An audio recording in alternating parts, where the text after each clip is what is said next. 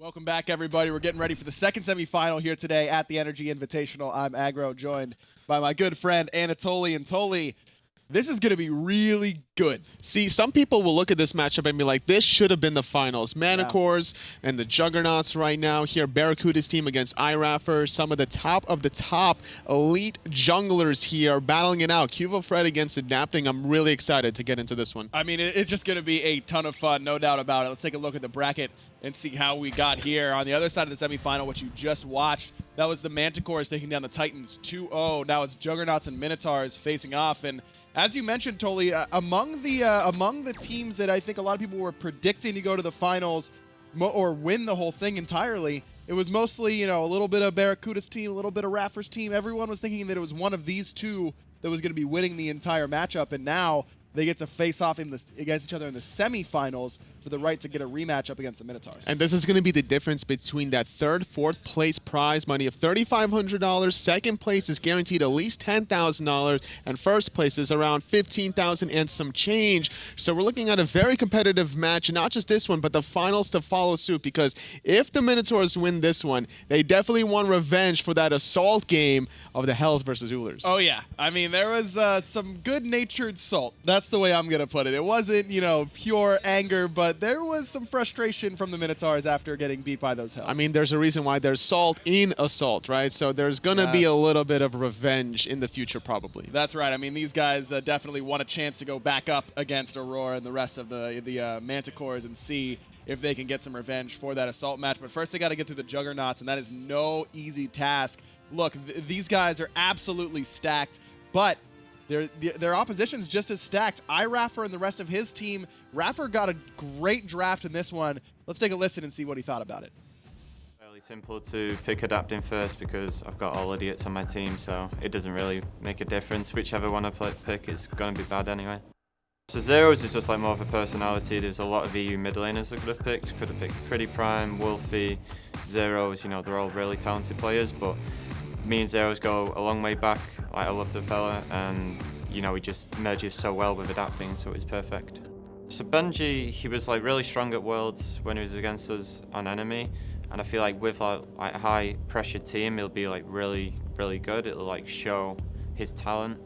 I do think he's going to play really well this weekend, and I think he'll fit well with Pandacat also. And just with Adapting too, because they're both really aggressive players, and he's confident in it, like himself. That's how good he is. That's where it shows his true strength. Trolls, man, just like me. I don't think we're going to do very well in Assault. People like Kenneth just can't play that game mode. I mean, if I personally had to, it's 5 mages, isn't it? Yeah, you have to. You've actually caught me off guard. I can't even think of which mages I play now. I could play tough. Maybe Hell, you know, I might throw a spicy Hell pick. Maybe not against 5 mages, you'd probably get pretty wrecked. I actually don't know. I don't know which mage I would pick. Maybe tough. Just have to wait and see, just randomly generated, you know, in the SMITE trial. Well, Raffer was right. They didn't do too well in Assault, but he was wrong about the mages. They actually won their Mage matchup, Mage Madness matchup, I should say, in a large part due to Adapting's Chronos plays. He looked pretty solid on that magical carry, really, in that game. Look, this team, we can go down the line and talk about literally every member, because they all have had star-studded performances both during the regular season and on LAN. Whether it's Adapting or QvoFred, we're going to see a bit of a rematch here compared to yesterday, where it was the 5 Hunters against 5 Hunters, whether it was the Chronos or the Apollo that Adapting was playing, or whether it was the Kernanos as well from QvoFred. Both of these two players, doesn't matter what gods you give them, they're just going to be all right aggressive. I think my favorite thing about this matchup to watch is going to be the fact that the mid and jungle is flopped. Normally it's Zyrhoes and QvoFred up against Yammyn and Adapting. This time around it's Yammyn and QvoFred up against Zyrhoes and Adapting. So how well can those two mesh with their, you know, incredibly talented usual opponent? This time it's their teammate. And that's the beautiful thing about this Energy Invitational is the fact that these players are not only playing with still some of their teammates, they're playing against them. So now they're going to see their strengths and weaknesses. So they're going to be able to try to exploit some of that in this tournament, as well as try to correct it in the near future for the SPL Fall Split. And Zyrhoes definitely comfortable with adapting. You heard iRaffer say that during the interview. Zyrhoes, the coach for Energy during their last World Championship run during Season 3. That man on your screen, Yammyn, trying to show Zyrhoes that maybe it isn't just adapting that carries that mid-jungle combination. Yammyn probably ready to throw some fireworks out in combination with QvoFred, who has a very similar playstyle to that of adapting. Absolutely. The Season 2 MVP here out of Energy is just always making the plays happen. And I don't expect anything differently here, no matter who his jungler is, whether it's going to be adapting or QvoFred. But the captain here out of Minotaurs, iRaffer, he drafted, a bunch of idiots, as he said, but that first round picking his jungler adapting. No real surprise out of him there with that pick. I mean, this is...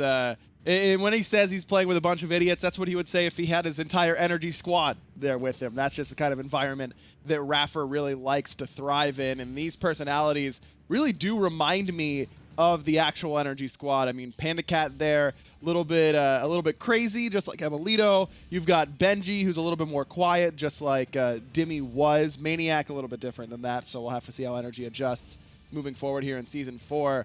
And then this man for the Juggernauts, BaRRaCCuDDa. We've talked a lot about how well the draft went for iRaffer. This guy says that if he could have picked any 5 players, or 4 players, I should say, to play with, it would have been these exact 4, no matter if there was a draft or not. BaRRa says he got his dream team. At first, I was liking iRaffer's team in the first 3 picks when he picked up adapting in Zyrhoes, but then once BaRRaCCuDDa drafted Variety and QvoFred, it looked very tilted towards the Juggernaut side. That's a very deadly jungle soling combination coming out of Team Dignitas, and BaRRaCCuDDa has definitely did his homework here, but he'll be up against Pandacat here in the dual lane.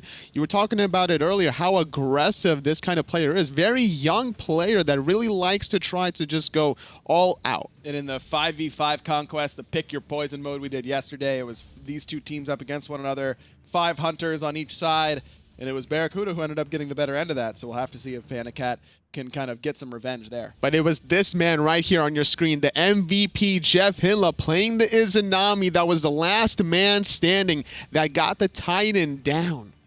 And to clear this up at home, Jeff actually did think that Izanami autos went through the wall. That's why he was face planting into the Phoenix wall, trying to end the game, and then he realized that he had to take a couple steps to his right in order to get there. Sometimes you could play your own role a little bit too much, and you might not understand every little mechanic of other gods. So it's always a good idea to try to experiment around, whether you're at home playing ranked on stream. Whenever Jeff's not queuing with BaRRaCCuDDa, go play something other than Guardians. Oh, Jeff doesn't want to do anything but Guardians. That's what he's played since the beginning of time, it feels like, and will continue to do so throughout his career. Benji, the solo laner here for the Minotaurs. I think people forget just how good this guy is. I mean, every single LAN he shows up and dominates the NA solo competition. It's just a matter of, can he do the same up against Variety for Juggernauts? You can never count out the mechanics coming out of Benji, or AKA Salt Machine. He is just always here to impress his whole teammates. Doesn't matter what team he's on, or if he's on this draft out of Energy Invitational, rather. And he'll be up against Variety, Mr. Harry Cummings here, who's been making leaps and bounds throughout every single season. Absolutely night and day from Variety. Basically every season he continues to get better and better. I mean, if you would have shown me tape of Variety now back in Season 2 when he's playing back then, I would have said you're crazy to think that that's the same player, but it is, and he's just you can tell he's put in a lot of time, a lot of work, and it's earned him the solo lane spot on the best team in the world right now, Dignitas. Whatever he's been putting into his tea, it's been definitely working for Variety. So we're going to see an interesting matchup here between Minotaurs against Juggernauts. This rematch here compared to yesterday's Hunter versus Hunter Conquest match, where it wasn't supposed to be Hunter versus Hunter either. It was a pick your own poison. The one before that, when we saw, the Titans against Minotaurs, they picked Guardians versus Guardians on purpose almost, it seemed, but it's better to go glass cannon, I feel like, than a Guardian. I agree with you there. I mean, I like big damage numbers. That's why I play mid, so I was always a fan of the Hunter v Hunter as opposed to the Guardians. But that was certainly a good matchup. between Titans and the Manticores in that pick your poison. We already talked about the mid jungle being sort of flopped here between the two teams, but I think the dual lane is going to be really fun to watch because obviously the Juggernauts are going to have a ton of synergy. It's Jeff and BaRRa. There's no chance that anyone's going to have more synergy than those two as Jeff shows off his busted keyboard to Yammyn. If you haven't seen it before, Jeff likes to peel some keys off of his keyboard at LAN, takes the Windows key off to make sure he doesn't hit that. Just a lot of missing buttons there. He likes to only have what he needs. That's all you really need out of your support, just to press the most important buttons, your 1, 2, 3, and 4 key. Look at that keyboard right there. He's been in the same lane as BaRRaCCuDDa since after the launch tournament. But keep in mind on the other side, as I was getting to before I was distracted by Jeff's keyboard, the dual lane for Minotaurs is also going to have a lot of synergy. iRaffer and Pandacat play together very, very often across region. This is the first time that they're going to get a chance to play together at a LAN setting where one of them doesn't have to deal with that terrible ping. So this could be a really competitive dual lane matchup. A lot of people don't remember this, but iRaffer, before he got his start into the competitive scene, actually used to queue in the North American region for quite a long time before starting up his own team. So he would get a chance to play with a lot of these North American players, including Pandacat. That's true. I mean, a lot of these guys who have been around for a long time, when the servers used to be merged way back in the day, played together quite a bit. We talked a lot about that with the Manticores, Emilito and iRaffer, long-time Q partners back there. This is QvoFred on your screen, a man who may have usurped the title of best jungler in the world. Certainly with his level of play at DreamHack Valencia has put himself into that conversation. It's always been the conversation between Adapting and QvoFred, as of recent at least, once Anister kind of left that role, and we're going to be heading into the draft here momentarily between the Minotaurs and the Juggernauts, and this is going to be very important how these two junglers set the pace. I mean, we saw a lot of warrior jungles in that first set. Erlong, Shen for Mask in game number 2. We saw Osiris for Captain Twig in game number 1. Camazotz being the only assassin that we saw really played consistently, even if it was one game in the solo lane there for Kiki So Cheeky. QvoFred was highly prioritized, both games by Dimmy. Do you think we'll see either Juggernauts or Minotaurs go for that same Celtic Warrior? Depending on how often Benji or Variety have been practicing as of recent, I don't think Variety has been playing much since Valencia, whereas Benji, I think, on the other hand, has been in that waiting area trying to really get his foot on the gas pedal. Should be ready pretty soon here for picks and bans for game number 1 of the second semifinal. Juggernauts in that first pick position, an immediate Kernanos ban, taking that out of the hands of Pandacat. It's no surprise here that they're trying to get the best possible matchup for the captain, BaRRaCCuDDa. Allow him to carry the game out of the side lane, really relying also on JeffHindla to kind of cater towards his captain. Little surprised to see Minotaurs ban away the souls, one of Zyrhoes' best gods, but also one of Yammyn's and BaRRaCCuDDa's, so could be looking there. Instead of Kernanos, that was actually a Kronos ban. Very close there on the alphabetical list, but fill sort of a same role, but that's really more at Zyrhoes, I would say, than Pandacat. Morrigan banned away from Zyrhoes as well. Osiris, the last ban there for the Minotaurs. So now Juggernauts have the first pick selection. QvoFred is open here, Anatoly. Camazotz as well.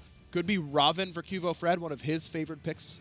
I'm not expecting a Freya. I was going to say a lot of magical ADCs taken off the table, but Freya hasn't received the buffs here in the patch that the NRG Invitational is playing under, so we're not going to see such a prioritization of that goddess. Instead, we're going to see more utility style of Terra, really trying to control a lot of mobility with that ultimate. Terra 2-0 so far today, both times played by the Manticores, once in solo by Kiki, once in support by Aurora. So now Minotaurs have their 2 selections to go for. Again, Warriors on the table are Ravin and QvoFred. Those are the 2 that have been mostly favored so far. Ravin more so as of late in the meta. QvoFred just here so far today at the LAN. It's a kind of a safe idea to go Ravin, not necessarily to go for QvoFred at this point in the draft. Maybe you might want to cater a little bit towards Zyrhoes' pick. It's something that Dignitas really likes to do a lot in terms of getting their mid laners god really early in the draft, but this time around, if we're looking at it, both Morrigan and Solus banned, not to mention that Kronos, so what options is Zyrhoes going to lean for? I mean, it still could be the Freya. He wanted to play Freya before she was buffed with the new hastened ring. earlier on in Season 4. Wouldn't be too surprised to see him pull it out here. That is one potential opportunity here. We might even see Adapting just whoop out the Dragon King Ao Kwong. Not something we haven't seen very often as of recent, but it's something in his arsenal. It certainly is, and with the games going a little bit longer these days, the increased Tier 2 health, the increased Phoenix health, the decreased XP on things like the Fire Elementals have resulted in longer game times, but Rom, the first pick here for the Minotaurs, and it is the Ao Kwong. A solid prediction, Toli. It's just something that Adapting has been doing so much deadly force with. Whenever he picks this god, he's been able to find kills, and with the passive rework here, it's going to be very important to try to get those early executions, trying to stack that magical power and that lifesteal. Exactly. You get additional magical power and lifesteal every time you get an execute. Stacks up to 3 times. Certainly helps Ao Kwong through the poorer phases of the game for him, which is the early and mid game. His late game pretty much unmatched in terms of jungle potential. Camazotz is the answer from the Juggernauts, and I like this pick a lot because that first ability, the Screech, actually marks the Ao Kwong and will allow the Camazotz player to track him even through the Water Illusion stealth. We could even see the Hui to kind of complement that and get the mark of that Golden Crow, but Juggernauts selecting Freya here very early in the draft. I was surprised that they actually didn't elect to just pick a different hunter and ban that out, but it seems that BaRRaCCuDDa would want to play this unless it's going to be QvoFred doing it in the jungle and have Variety play that Camazotz. Could also be Freya in the mid lane for Yammyn here. If he's been practicing against Zyrhoes playing it, probably gets an idea of how to run it effectively neath the pick for the Minotaurs. That's going to be in the mid lane. I don't think there's any way that we see Zyrhoes on the Rom. It's not like Snoopy during his mid-playing days. Whenever he would take Rom in the mid lane, I anticipate that neath will be the selection for Zyrhoes. Hunter is still the ban target here from the Minotaurs. Kernanos for real this time. Banned away. And it makes sense to lock in a Neath here because whenever you have a magical jungler, you want to complement that by having a physical mid laner, whether it's Neath, whether it's the Chiron, anything that has pretty good ability-based damage. But the idea here is also to have that global presence, so that way whenever Adapting is ganking either the dual lane or the soul lane, that World Weaver will help get that target under the execute threshold. It's all about maintaining that balance of damage where you don't want to be too magical heavy, you don't want to be too physical heavy so that it's too easy to itemize against your draft. That's why you usually see a physical hunter paired with a magical jungler like Ao Kwong. Another hunter banned by Minotaurs, that's Hui, keeping that mark off the table as you mentioned. And then it's 2 support bans by the Juggernauts, both Fafnir and Geb, taken away from the Minotaurs captain iRaffer. So now Minotaurs have 1 more selection before Juggernauts are forced to finish off their draft. Likely need their support in solo. I wouldn't be surprised if Minotaur lock in the Khepri here. It's a very safe support that could keep the Ao Kwong alive whenever diving the backline. With Geb off the table, you're really looking at the Khepri, but instead, Ganesh is an opposite way of working team fights. Instead of being super defensive, you're trying to be super aggressive. Whenever you throw out that ball, you're going to be amplifying every teammate's damage. Ganesh, I think, is right in the middle. He's on the balance line between aggressive and defensive. He's got Ohm, which is an incredibly defensive ability, stops initiations very well. An excellent matchup up against Terra because it takes so long to lay down the monolith and then dash through it for your initiation so you can silence her out in that sort of instance. But as you mentioned, that first ability does a ton of damage. It has an excellent initiation of his own with a dash that stuns and knocks up. Sun Wukong, the pick here for the Juggernauts, likely into the solo lane for Variety. So now it's a matter of where that Freya is going, mid or ADC. You're going to need to fill out this draft for Juggernauts. 1 more pick remains here. Pretty good setup with a Terra alone.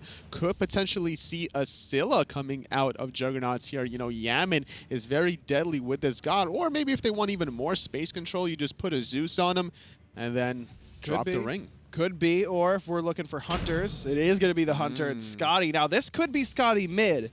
I believe Yammyn's played it before. It is a character that a lot of mid laners seem to like because of how well it punishes immobile mages and characters like Neath that have very predictable escapes. So we'll have to wait and see once we get into game where Juggernauts have really shaken down their lineup. Minotaurs still need their solo laner for that guy on your screen right there, Benji. Last pick always favoring for the solo lane. You get the counter matchup. More than likely will be that Sun Wukong for a variety on Juggernauts. So trying to figure out the safest way to go about it. And we were talking about before Robin trying to be that early pick, but instead he's last picked. Interesting. Usually whenever Robin's early picked, it's because it's going into the jungle. This time it's last pick for the solo lane instead. Why do we see more Robin in the jungle compared to the solo lane? The way he baits out abilities with his overhead kick is the reason why we're seeing him in the jungle. He's so aggressive when he just either runs at you or uses his ultimate to dive the backline, and then having that 50% damage reduction, he also has that overhead kick to be able to get out of that big ultimate from the mid-mages. I think that's the big thing for me, is that you get that 50% damage mitigation from the ultimate there, regardless of if you hit it or not. So you don't really have to build tanky or have a level lead like most warriors do, because you're getting really, really tanky just from using your ultimate. So you can kind of afford to be even with the enemy jungler. You can afford to build a little bit more damage oriented and still absorb all those cooldowns like a warrior wants to do in a team fight. And because his first ability is such a short cooldown with high base damage, he doesn't always have to build into high physical power items. He could build tanky and still get away with sticking on the backline. Doesn't even need Frostbound Hammer to be really useful in team fights. Juggernauts versus Minotaurs, this all-star matchup here at the NRG Invitational. The one I think a lot of people wanted to see. Well, everyone's getting their wish. It is Yammyn on the Freya in the mid lane. BaRRaCCuDDa with the Skadi in the dual lane. So a little bit more traditional, I suppose, if you just look at mage and mid and hunter and duo. But Freya in the mid lane, this is a very rare sight to see. It would be rare since it's Yammyn playing it, but if it was Zyrhoes playing it, it would not be unheard of, because we hear about him talking about how good any mage ADC is in the mid lane. He just praises all their abilities, and the whole idea is just to be able to out-clear the opposition. The way that second ability works is you're just going to splash and gumball against every single unit as they get knocked back, grouping up together. Pandacat's all alone, pushing very heavily up in that duo side. iRaffer a little bit late from base, but he's on the way to the enemy red buff, which is exactly where the Juggernauts are going to start. Zyrhoes gets out pushed in that mid lane because of the 2v1, but Raffer is here trying to dissuade Jeff and BaRRa from doing this red, and he will do exactly that. So now the Minotaurs have their choice of the litter. Which buff do they want to go for? The purple is the call, whereas the Juggernauts, they have to go and just make sure they don't lose too much farm in that dual lane. Just feigning a little bit of pressure. BaRRaCCuDDa even invested into that Bumba's mask, and by not being able to get his own red buff, that 500 gold is essentially useless without starting off his own red buff. Huge advantage going into the Minotaurs as they steal away the purple, and after they clear this wave, because Pandacat's level 2, they can easily look to invade the red or just get mid control and get these oracles. Pandacat has a full level over BaRRa and Jeff right now. It's usually about a half a level when you see someone have a level lead, not quite as much as Pandacat has gotten for himself, which is in large part due to the fact that he's playing Rom. Rom, the best level 1 clear among any hunter, having 5 astral arrows in that quiver means that he can solo clear so quickly that it kind of allows that strategy to work. Which is why we saw him left alone in the 1v2, recognizing the fact that Juggernauts was kind of assisting middle, just watching over and then trying to go for the red buff. Raffer was being that little bit of a nuisance, didn't even have Hand of the God to try to steal away any of these jungle camps, instead just trying to be like, hey, I might steal away some of these little red ogre minions instead. Now Panda and BaRRa have nothing left to farm in the jungle on their side of the map, so it's back to the outright laning phase. And actually, Jeff and BaRRa end up getting the better of it. Rom, like I mentioned, while having the best level 1 clear by far, doesn't really continue that pressure throughout without really, really good astral arrow management. And the thing also is that JeffHindla, at playing this Terra, has one of the weakest laning presences at level 1 and 2, so you're not too worried about a Terra at that phase. But once she's level 3, she has all her abilities and can really combo between that Crushing Earth, the Monolith, and then all her dashes to synergize. Variety's in trouble as Benji's hit level 5. The Bracer of Undoing saves Variety's life for the moment, but one more ability will do it, but Benji doesn't have enough cooldown in order to get that. Almost a solo kill for the North American solo laner, but can't quite find it. Respecting the damage potential out of the Robin, building into the Bracer instead of the teleport. It's going to hurt him as he's going to have to back to that soul lane, but adapting is really looking for this kill. JeffHindla is going to eat that World Weaver from the mid lane. Zyrhoes snipes down onto Jeff as well. There come the Dharmic Pillars, but still not enough to find the XQ claw yet. Adapting, going to blink forward and find it. First blood goes Minotaurs' way. Their jungler Adapting claims it. And what's more important than that first blood is the stack after the fact, getting, what is it, 10 magical power? Or is it 15 magical power and 10% lifesteal? I believe it's 10 power there for the new passive. There have been so many new passives that haven't got a chance to really commit them all to memory quite yet, but Wukong certainly one that benefits from that new passive more than some of the other gods, as a speed buff invade begins from the Juggernauts, knowing Adapting had to back to base, but he's back in time. Speed buff goes down in favor of the Juggernauts, and now Variety finds a stun onto Benji. Lots of damage onto the solo laner, and Minotaur still doesn't have his ultimate. Yammyn does, and he's going to put Juggernauts on the board 1-1. And a speed buff in tow for the Juggernauts. That's the one unfortunate set of circumstances when you're aggressive in the soul and you invest into the ultimate to bully out your opposition, but now that next 90 seconds, any sort of aggression in the jungle, you are just that less impactful, and without that ultimate, you just can't get out of danger. Love what Adapting did, though. Realized that his speed buff was dead to rights, so he just went directly to the enemy speed buff. Got one anyways, and who really cares whose it is, as long as you got that buff around your waist. Probably not too worried about it. Unfortunate set of circumstances there for Benji, by the way, because he had just used the teleport in order to get to that invade to make sure that he could help out. Dies immediately and then has to walk all the way back to wave, where he missed a considerable amount of XP. So much back and forth action already 5 minutes in, and we were talking about what makes Adapting and QvoFred such good junglers. It's their ability to recognize the pros and cons of what's going on in their current game. QvoFred recognizing, all right, there was a gank on the left lane, I'm invading the speed, and then once Adapting realizes there was no possible way to retaliate on that speed buff, he just sneaks away the enemy speed buff, truly capitalizing on the positioning left open for the Minotaurs to take advantage of. The more I look at Juggernauts draft, the more I really like it. I just have one question about the Skadi pick. Why do you think BaRRa last picked Skadi here into Skadi's worst matchup, which is ROM? I think it also might be trying to self-peel himself against the late game Benji playing the Robin, also Adapting playing the Wukong. You pop that ultimate, you're going to be rooting people in place, does a lot of damage as well, and you can absorb, your Chaldeer can absorb some abilities from specifically Adapting whenever he throws that dragon. That's a good point. Also, that giant AoE ice, I suppose, would be it can be helpful to knock Adapting out of stealth whenever he blinks away. You really, against these stealth characters that have their stealth broken when they take damage, which is everyone with stealth except for Loki, you just want giant AoE abilities that'll cover a lot of ground to try and make sure that you can catch him as he tries to get away. Which is why we see the Camizots being drafted early in the draft by Juggernauts. Nice move onto Zyrhoes. He's still not really too worried here. He didn't pop his Aegis beforehand, really respecting that he would be able to backflip just in the nick of time. Usually Freya is more valuable in competitive play than in casuals in one particular way, and that's that Banish sets up for so much at a competitive level. In a casual or ranked level, most of the time Banish just hurts you more than it helps your team, as Adapting is able to water illusion away from the charging Variety. At a competitive level, usually you won't see people getting banished out of Krakens, out of big CC abilities. But in a situation like this where it's an all-star game, are you worried at all the communication might not quite be there, the familiarity might not work in Juggernaut's favor? No, not at all. The way these pros play, they will coordinate every single ability to its fullest potential. iRaffer taking a little bit of poke as Jeff pops this Terra's Blessing, really trying to collapse here onto Adapting and Benji. Benji the focus again. This time he has his ultimate to get away, and he will use it, but Variety continues the chase. iRaffer getting shredded down. The shell not going to buy him enough as Variety claims number 2 for the Juggernauts.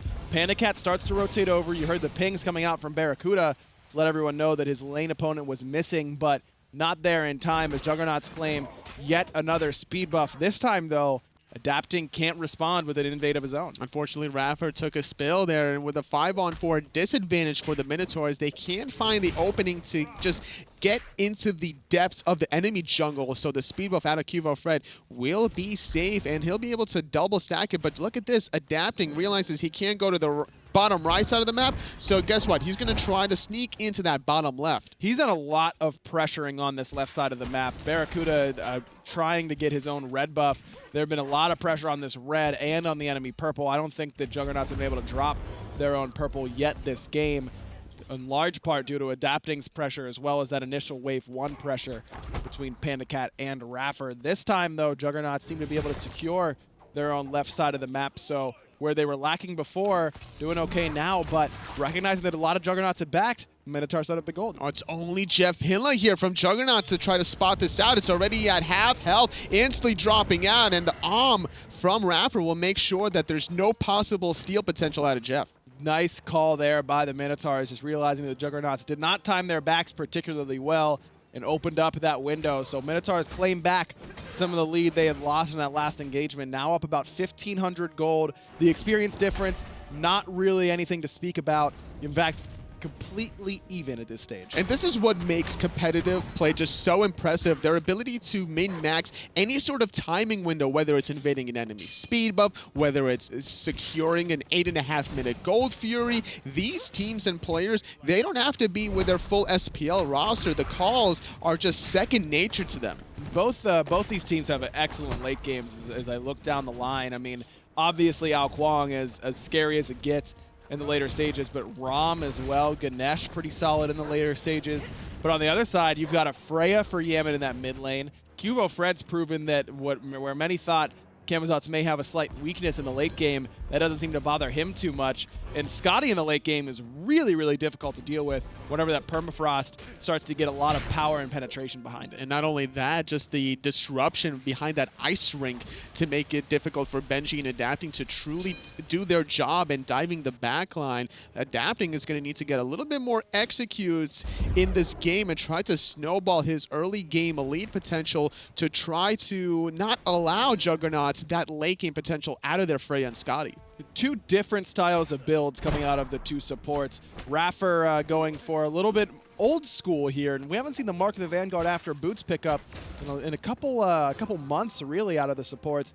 Jeff going for the new Lono's mask to get some extra HP and gold, and then into the Hide of the Urchin. Which do you prefer in this scenario? Actually, I'll ask you in a minute. As Benji is getting absolutely shredded on the right side of the map. The 50% damage reduction doesn't even matter as Yammyn rains down the damage from above. Valkyrie's Discretion secures kill number 3 for the Juggernauts. A lot of base damage coming out of that ability with Shoes of the Magi available for Yammyn. With a level 2 Valkyrie's Discretion, it doesn't matter if Benji had that 50% damage reduction. He was just dead to rights anyway. And going back to your question earlier on about the two support builds here, I'm really in favor of JeffHindla's build because he's invested towards that mid game and setting himself up more for the late game. So once he gets some of these stacks, he's going to be much more resilient than iRaffer. iRaffer almost steals that Portal Demon away with the Darvik Pillars, but either way it goes, blue for the Juggernauts. Terra's Blessing used there, probably not necessary from JeffHindla, but without a lot of ward coverage there from the Juggernauts, I think that's more a case of they'd rather be safe than sorry if there was an engagement coming from the Minotaurs. That was the call was clearly to disengage. And you get the mobility to disengage. You also get in the clear casting to use any sort of abilities that finish off the Portal Demons. So now if they're chasing you down, you don't have to worry necessarily about like, oh, I ran out of mana, right? So that's not an option. Not only that, the sound of Terra's Blessing alone could deter the enemies from chasing you down. Benji in trouble on the right side yet again. Just gets his ultimate up now. He's going 2v1.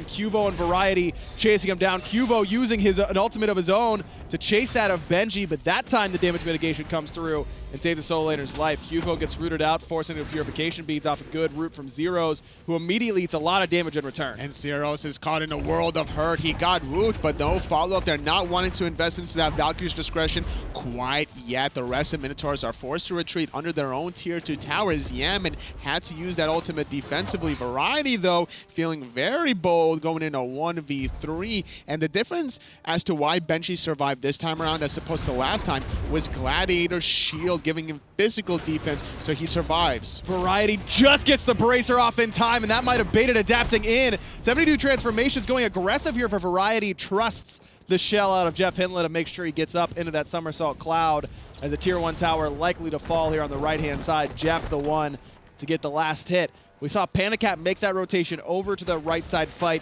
at the enemy speed buff, and because of that, BaRRaCCuDDa gets the tower on the left, and now he's going to get a kill in mid. Yammyn the one to get credit for it, but BaRRa is the one who set him up.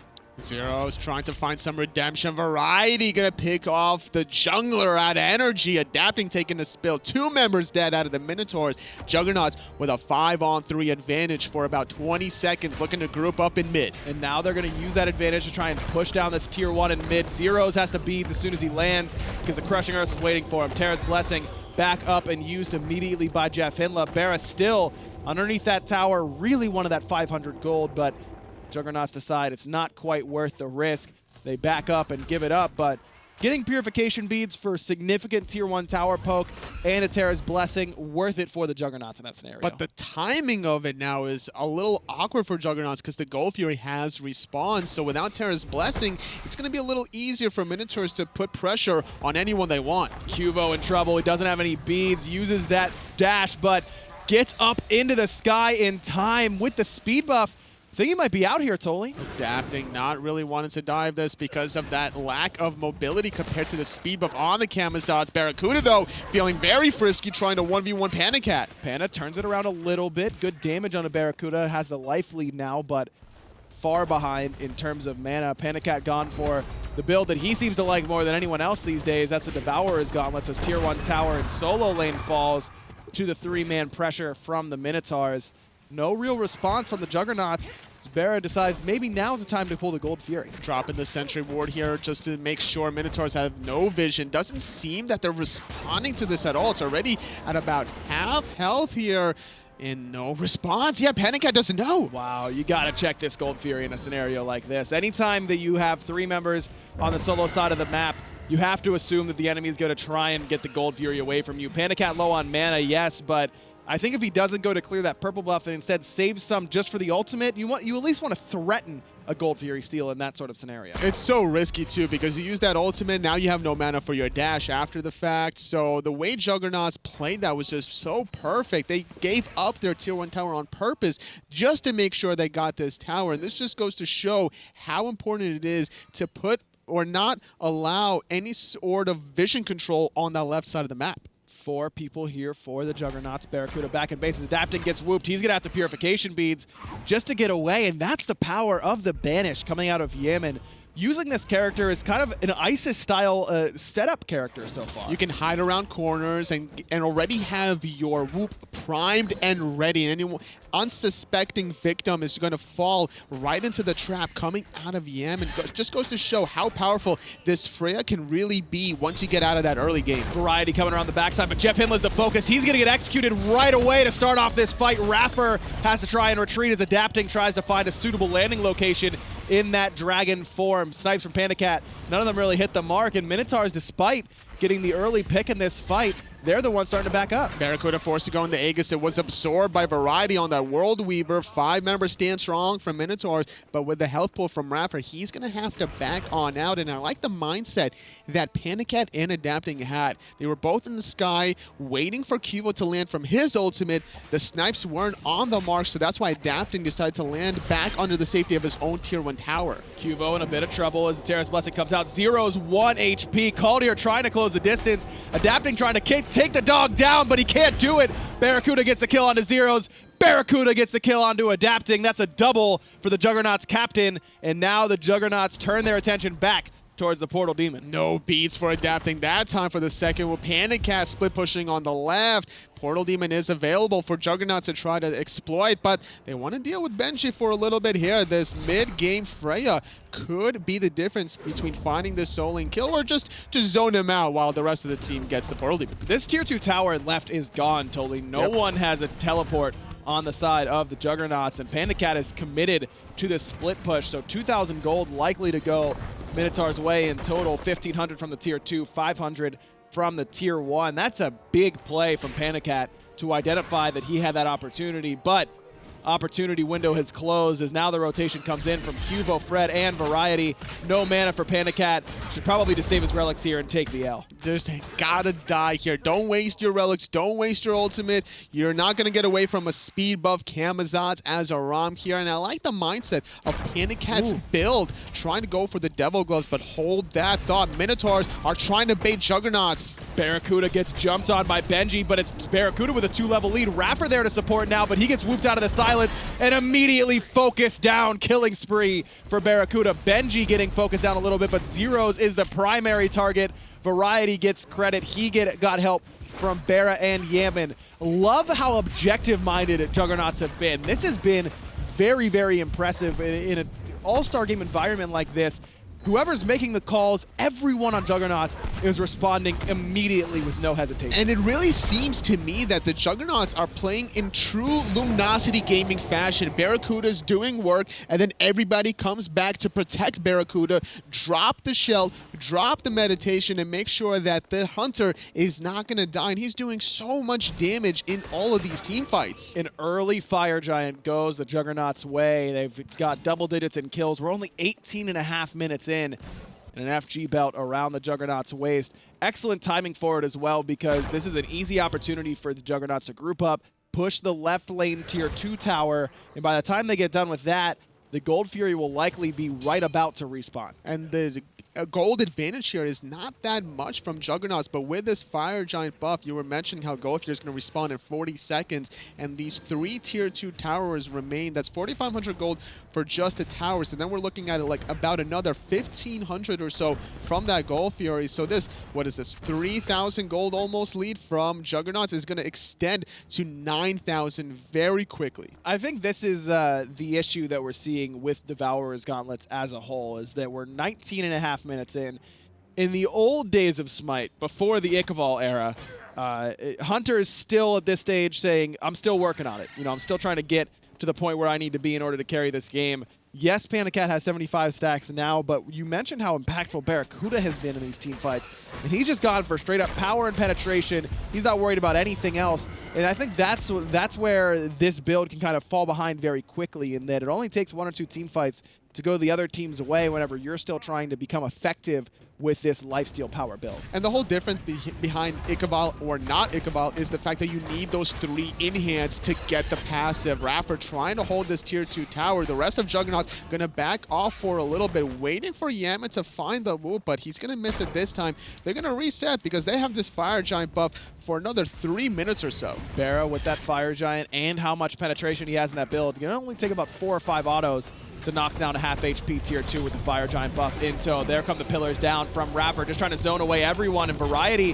focused down for the moment, but Qvo comes screaming out of nowhere, trying to chase down Adapting, and he's gonna find him. Variety picks up iRaffer as well. Tier 2 tower fell quite some time ago, and Zyrhoes might be next on the list. Yammyn with the Valkyrie's discretion, waits out the backflip and knocks him down as soon as he lands. Another kill goes Juggernauts' way as they are looking at the Phoenix. Pandacat forced up into the ultimate just to buy himself a moment. The 2 energy members and the Dignitas Soul Laner out of Minotaurs takes a spill. 5 hold strong from Juggernauts. They got the 2 towers, and now they're going to end it off with the left side Phoenix.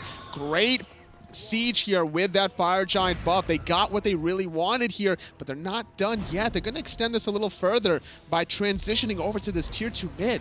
Just not quite enough time to end the game there in my mind. I mean, not only is the Titan going to be pretty tanky with the 2 tier 2 towers and 2 Phoenixes still standing, but it was only about 11 seconds for both Adapting and iRaffer to respawn.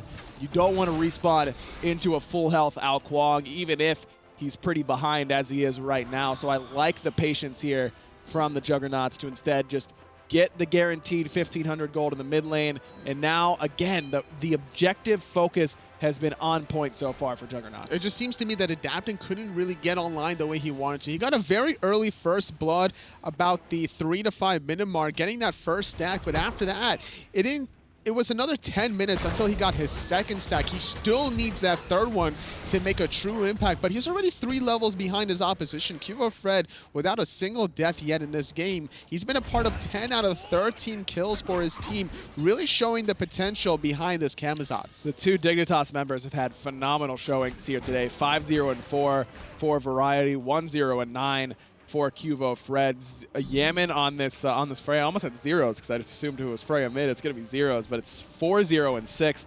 An early Ratatoskr here. 4th item, pretty standard overall for mid laners, especially out of Europe. They seem to really like to get that power spike item 4th. But something else that we could talk about in his build is that Book of the Dead here, and something that Freyas really rely on is this magical lifesteal. And what better item to synergize with lifesteal than Book of the Dead? Love it on Yammyn. Not only does it give him that lifesteal 20%, as you mentioned, it's 100 power, you get 200 health, and then you get a health shield. So effectively, you're getting about 300 to 400 health potentially with this item, which is just so big because Freya obviously going to be a focus in these team fights because of how impactful she could be. Getting that extra survivability that also gives you power at the same time is ideal scenario for her. Good luck trying to kill this Freya mid, I say, at the 23-minute mark. Level 19 with this red buff here. About to hit level 20 to max out that Valkyrie's discretion. And if it wasn't already annoying trying to deal with that ultimate, well, guess what? There's one more point remaining and a Fire Giant coming up. Almost ready to go here for Juggernauts. In fact, they are, as Fire Giant respawns and is going to get taken down immediately. No one from Minotaurs in the area. No chance of contest. Look at that jumping dog, man. Just getting knocked up by Fire Giant twice in a row. Somebody should teach Kaldir how the Fire Giant mechanics work. How can Kaldir have been playing the game this long and not understand how to tank a Fire Giant? Clearly, it throws 2 rocks and then the line, throws 2 rocks, then the line, throws 2 rocks, and then the pool. I don't think Kaldir's heart's in it. I'm going to be honest with you. Just not focused up. Focused up are the Juggernauts as they're trying to knock down these remaining 2 Phoenixes. Left side Phoenix due to respawn pretty shortly here, so don't be too surprised if you see Minotaurs invest one person on that left side to make sure they can get that Phoenix up and healthy. Try and relieve some of the pressure that these fire minions are pouring in on the left. Zyrhoes trying to hold that mid Phoenix for the time being, taking a lot of poke for his trouble. He's going to have to go back to that fountain. The rest of Juggernauts are really trying to spread Minotaurs very thin here. 2 tanky targets in middle, while JeffHindla is going to pop that blessing, and the rest of his members are getting to the right side. Phoenix instead is just a diversion. Variety basically just tanking everything right now without much care. Right side Phoenix does fall as Variety gets done for the moment. Benji finds 2 with that Mystic Rush, but not enough to find a kill quite yet. He's whooped and starts getting focused down by Yammyn. Benji is able to escape, at least for the moment, as Juggernauts do a soft reset here, just trying to use that regen. That ice rink already showing problems in the Minotaurs playing field, getting some members a little bit closer than they would like to the Fire Giant squad out of Juggernauts. And with the left side Phoenix just now respawning, Pandacat has to go over there just to defend the Firemans away, leaving their middle Phoenix exposed. Zyrhoes on the ice rink, forced to backflip away. Middle Phoenix down to about half HP. Yammyn still completely healthy here and putting those pot shots into the Phoenix. He combined with BaRRaCCuDDa, take it down. Zyrhoes in some trouble. Whoop not quite there from Yammyn that time. And with the left side Phoenix back up, Juggernauts decide, yeah, we like taking this down the first time. Let's do it again. It's very weak after the respawn. Throwing the ice rink on the right side to zone everyone else. Rapper's caught on the left. Successfully sieging that is Juggernauts, getting all 3 Phoenixes down. And the Titan sitting at half health. Juggernauts are looking clean to get this first game victory. Rapper zones a bunch with that ultimate, but Variety still handles everyone on the front side all by himself. 2 swoops, 2 kills for QvoFred. That's 3 in total for him. Chaos Titan down below the threshold, and the Juggernauts take game number 1 over the Minotaurs in handed fashion. I mean, 15-2. That was impressive. And the only 2 kills that Minotaurs got was adapting, using his ultimate on the one god that doesn't have CC immunity. JeffHindla was the focus fire, which is what you want out of your team. Have the support, be that sacrificial lamb. Yeah, JeffHindla took that early death up against adapting, and if you're a Minotaurs fan, you're saying, okay, here we go. This is exactly what you want, and that is exactly what you want for an Ao Kuang in the early game, is to get an early execute, set the support behind, try and make sure that you can pick on them consistently throughout the rest of the mid game. But it was QvoFred and Variety with pressure on that right side of the map, consistently making sure that adapting didn't get his speed buff.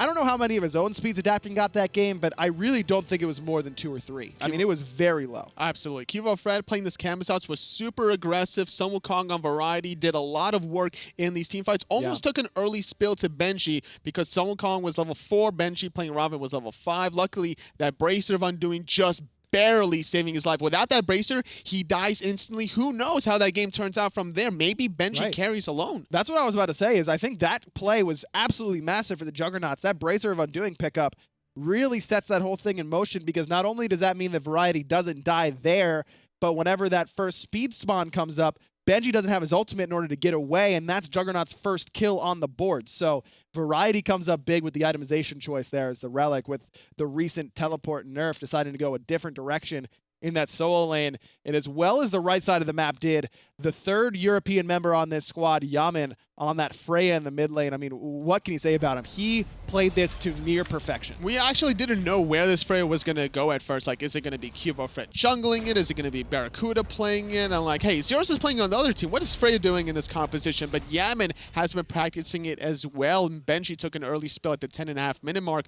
to this magical damage. Yammyn was just left in a very safe position to get off the damage between his second and first ability combination. And I don't think he even went hastened ring here, totally. No Fatalis on a Freya, and that may sound like sacrilege to a lot of longtime Freya players, but Yammyn proving you can really use this character for basically setup. I think that was the biggest difference for me in what I see most Freya players doing and what Yammyn was doing. Setting up for his team with the banish, and then, oh yeah, I do a ton of damage. That's kind of nice, but really I'm here to set up for the most part. It also helps whenever you have a Terra on your own team to peel for yourself. You get mobility from the blessing. You get a little bit of a heal if you get hit 4 times to knock off that 4th stone. And this is what gave a lot of protection and safety for Yammyn to kind of run wild with this Freya mid that most people wouldn't be able to do so in a non-competitive environment. 4-0-8 for NRG's mid laner that time around. Really impressive play out of him. The positioning was really, really strong. His